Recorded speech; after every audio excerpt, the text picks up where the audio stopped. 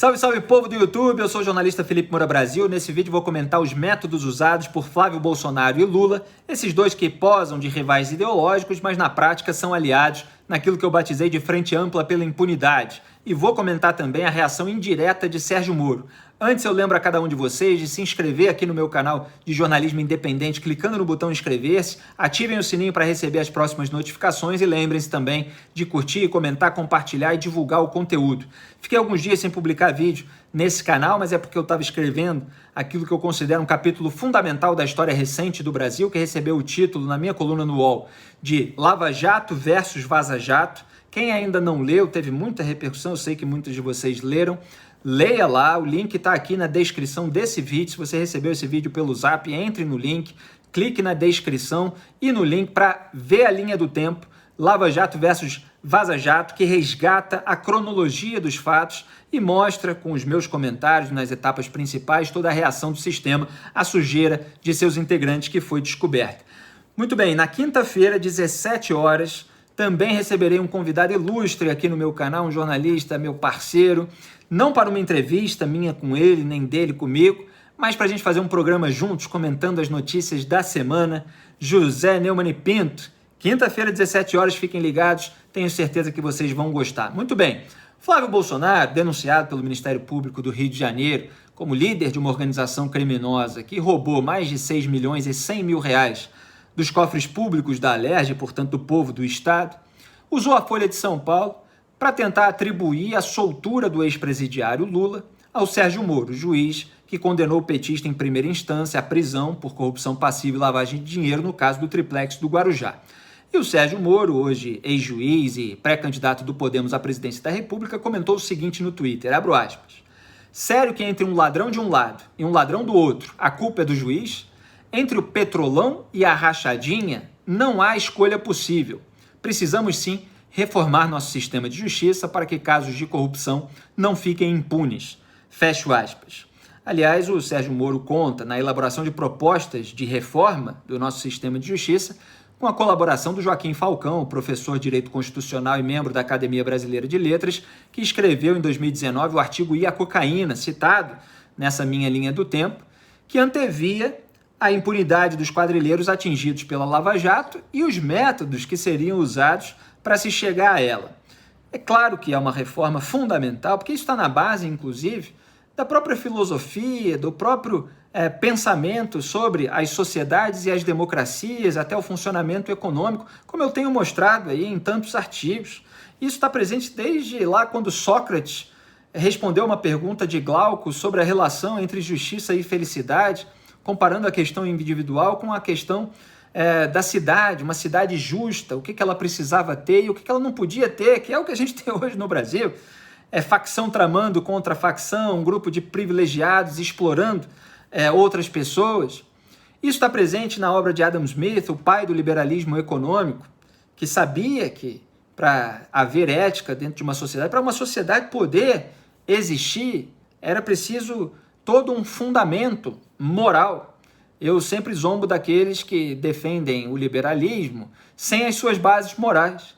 Quer dizer, eles querem a riqueza das nações, que é o título de um dos livros do Adam Smith, mas não incorporaram a teoria dos sentimentos morais, que é um livro anterior do próprio Adam Smith.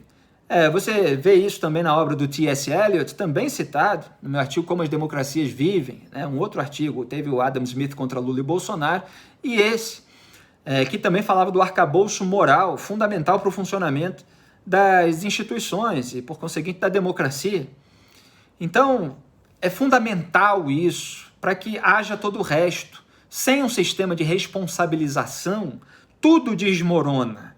E, infelizmente, os eleitores brasileiros não têm essa associação direta, mas que precisa ser dita a eles, e deveria estar sendo dita por aqueles que têm dever moral e intelectual de levar a verdade para as pessoas. Mas, na verdade, a gente vê uma campanha para que não se fale, não se toque nesse tipo de assunto.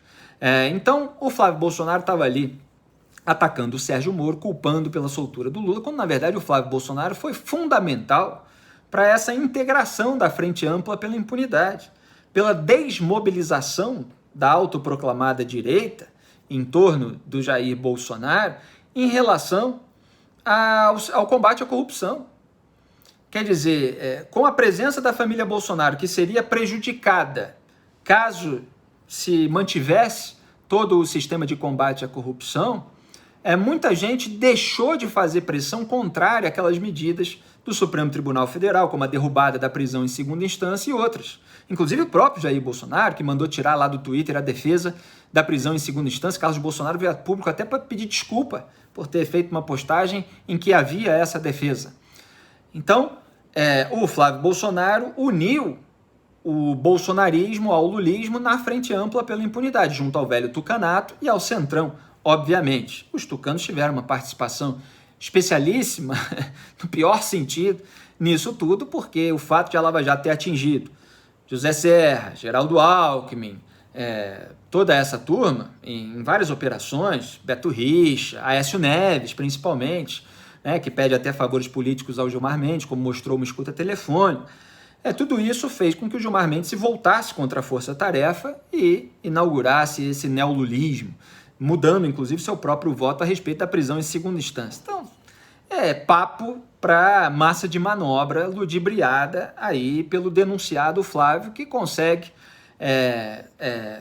a sua blindagem por meio dos embargos auriculares, por meio dessa turma que quer vaga no STF, no governo Bolsonaro, numa eventual reeleição, e que vota lá, como no Superior Tribunal de Justiça, o João Otávio de Noronha. Tem toda uma campanha aí para o Congresso mudar a própria idade de entrada de potenciais ministros no STF, para poder o João Otávio de Noronha entrar lá, né?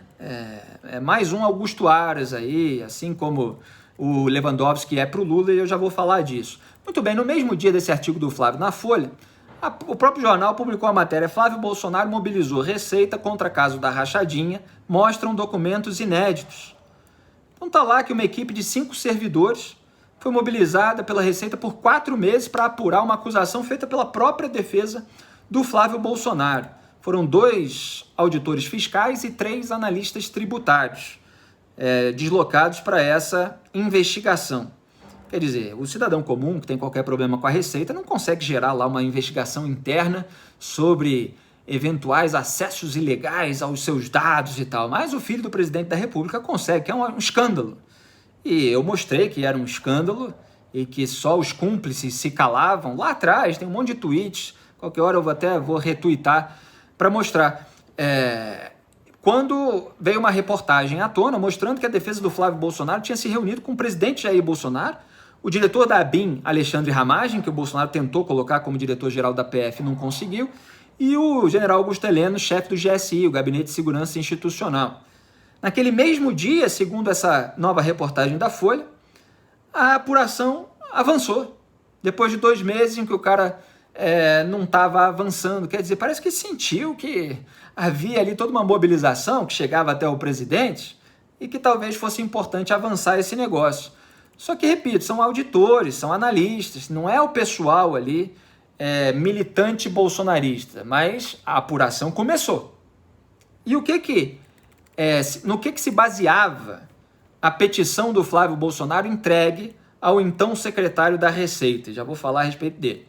Número 1, a acusação de auditores suspeitos de enriquecimento ilícito, de que eles foram vítimas de devassas ilegais, lá por parte de órgãos de correição do fisco do Rio de Janeiro. Olha só, a alegação do Flávio, que é denunciado por roubo de dinheiro público, ela vem de uma alegação de auditores suspeitos de enriquecimento ilícito.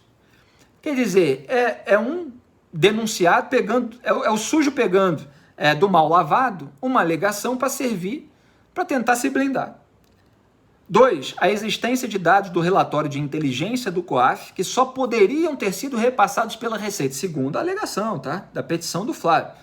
E 3, a existência de um manto da invisibilidade, ou seja, senhas da Receita que não deixariam rastros e tornariam esses acessos indetectáveis a apurações internas. Aí sabe qual foi o resultado dessa apuração? Eu vou ler aqui para vocês.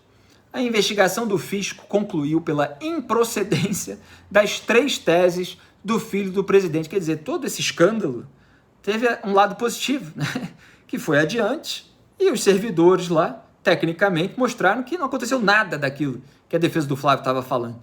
Relembrou que a acusação dos auditores fiscais suspeitos de enriquecimento ilícito não tinha resultado em nenhuma prova de ato ilegal pela corregedoria.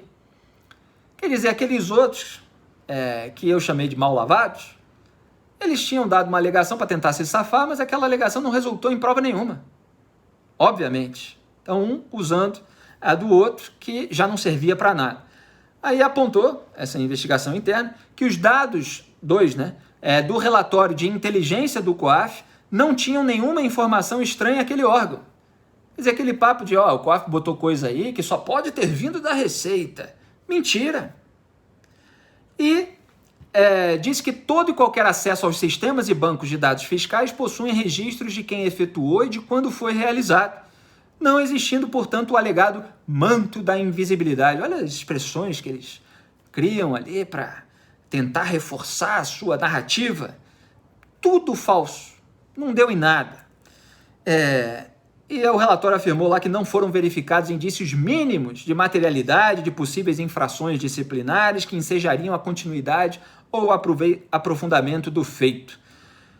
Então, quer dizer, a Receita, os órgãos aí de fiscalização e controle encontram lá dados que mostram a sujeirada no gabinete do Flávio Bolsonaro. Podia ser de qualquer outro, e o que o sujeito faz?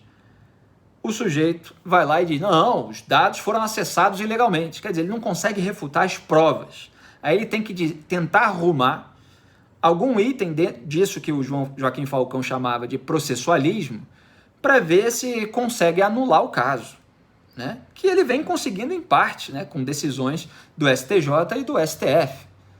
Você teve já anulação de quebra de sigilo, por exemplo, já dificultou ali acesso a determinadas informações para que a denúncia ficasse mais robusta. Depois, na segunda turma do STF, com voto do Cássio Nunes Marques, colocado lá pelo papai do Flávio, Jair Bolsonaro, você teve anulação do próprio relatório do COAF, com a manutenção, inclusive, do foro privilegiado retroativo que foi concedido ao Flávio Bolsonaro. Então, ele consegue umas coisas. E ele foi tentar lá, dessa vez, apontar irregularidades e não conseguiu que isso fosse confirmado.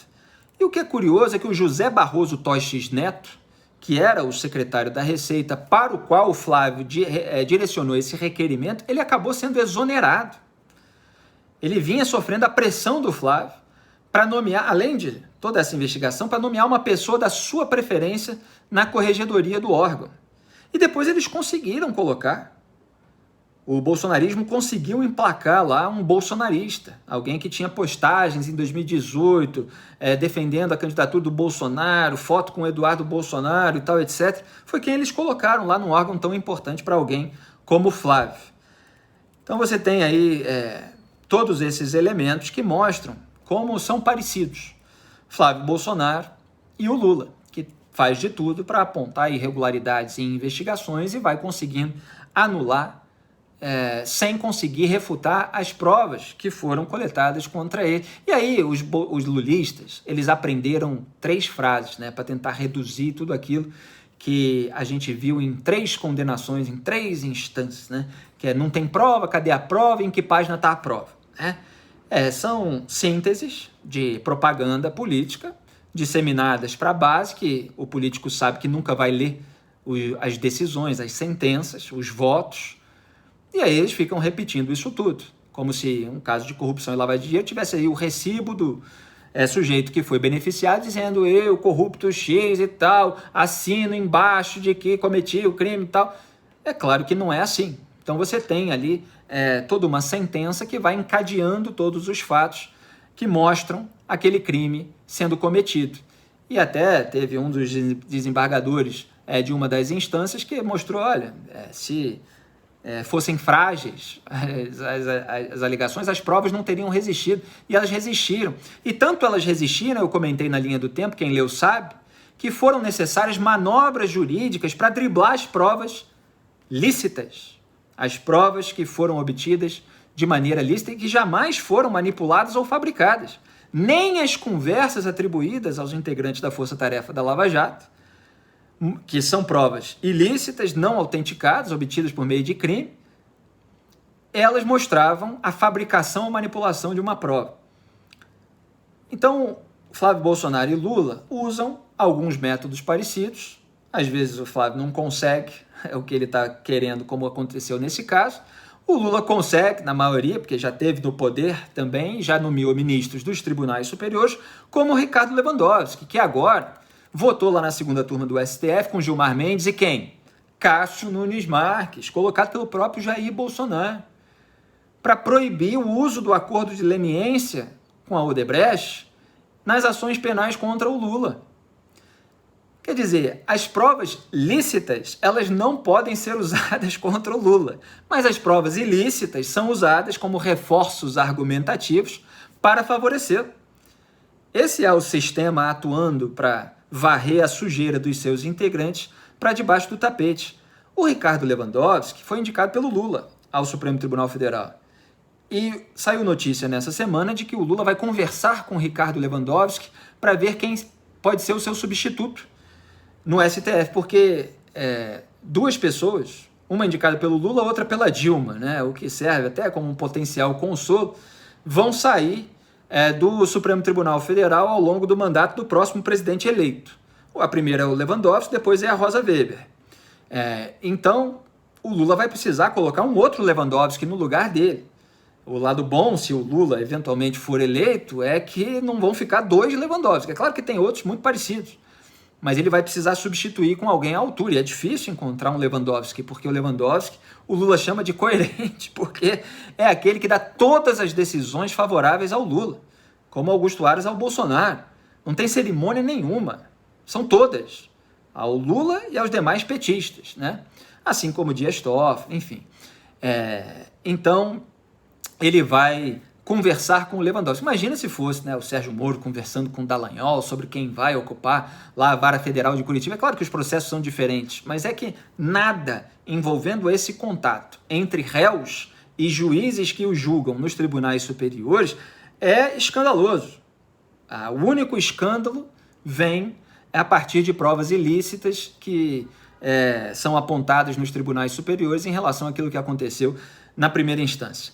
Então, o Lula está conseguindo aí ter a sua barra aliviada por meio dos seus apaniguados no Supremo Tribunal Federal, e o Flávio Bolsonaro não conseguiu dessa vez. Aliás, o ministro Edson Fachin votou para permitir o uso de informações do acordo de leniência da Odebrecht. É sempre bom registrar que o Fachin, em diversos casos, resiste, mas é voto vencido na segunda turma. E ele foi seguido pelo André Mendonça, o segundo colocado pelo Jair Bolsonaro. Lá, ele colocou primeiro o Cássio Nunes Marques, justamente porque o Cássio Nunes Marques é apadrinhado pelo Ciro Nogueira do Centrão. Ajudou a blindar o Ciro Nogueira, o Arthur Lira, arquivar inquérito do quadrilhão do PP. Ele está lá para fazer aquilo que é de interesse do bolsonarismo e do Centrão, que dá sustentação ao seu governo. Então, favorecer o Lula nesse momento também tranquilão para ele, porque o lulismo versus bolsonarismo é o que o sistema quer no segundo turno. O Lula está aí atuando para manter o Bolsonaro de pé, para ele conseguir derrotá-lo desgastado no segundo turno. E teme, obviamente, a terceira via, e por isso move aí um monte de ações contra o Sérgio Moro e bota os seus porta-vozes para atacá-lo, para não dar palanque direto ao Sérgio Moro, que está aí fazendo um apelo pela união da terceira via, enquanto João Dória está lá dizendo que todos têm que manter a sua candidatura, e lá na frente vamos ver, para ver se ele consegue crescer um pouquinho e que a união seja em torno dele. Mas isso é um outro assunto que eventualmente eu comento nos próximos vídeos. Então, o bolsolulismo está aí e só não vê quem não quer. Eu sou Felipe Moura Brasil, inscreva-se no canal, um grande abraço. E lembre-se, quinta-feira, 17 horas, eu e José Neumann e Pinto aqui. Mas haverá outros vídeos, haverá sim, tá? Não é haverão não, no sentido de existir, haverá outros vídeos aqui no meu canal. Um grande abraço, tchau!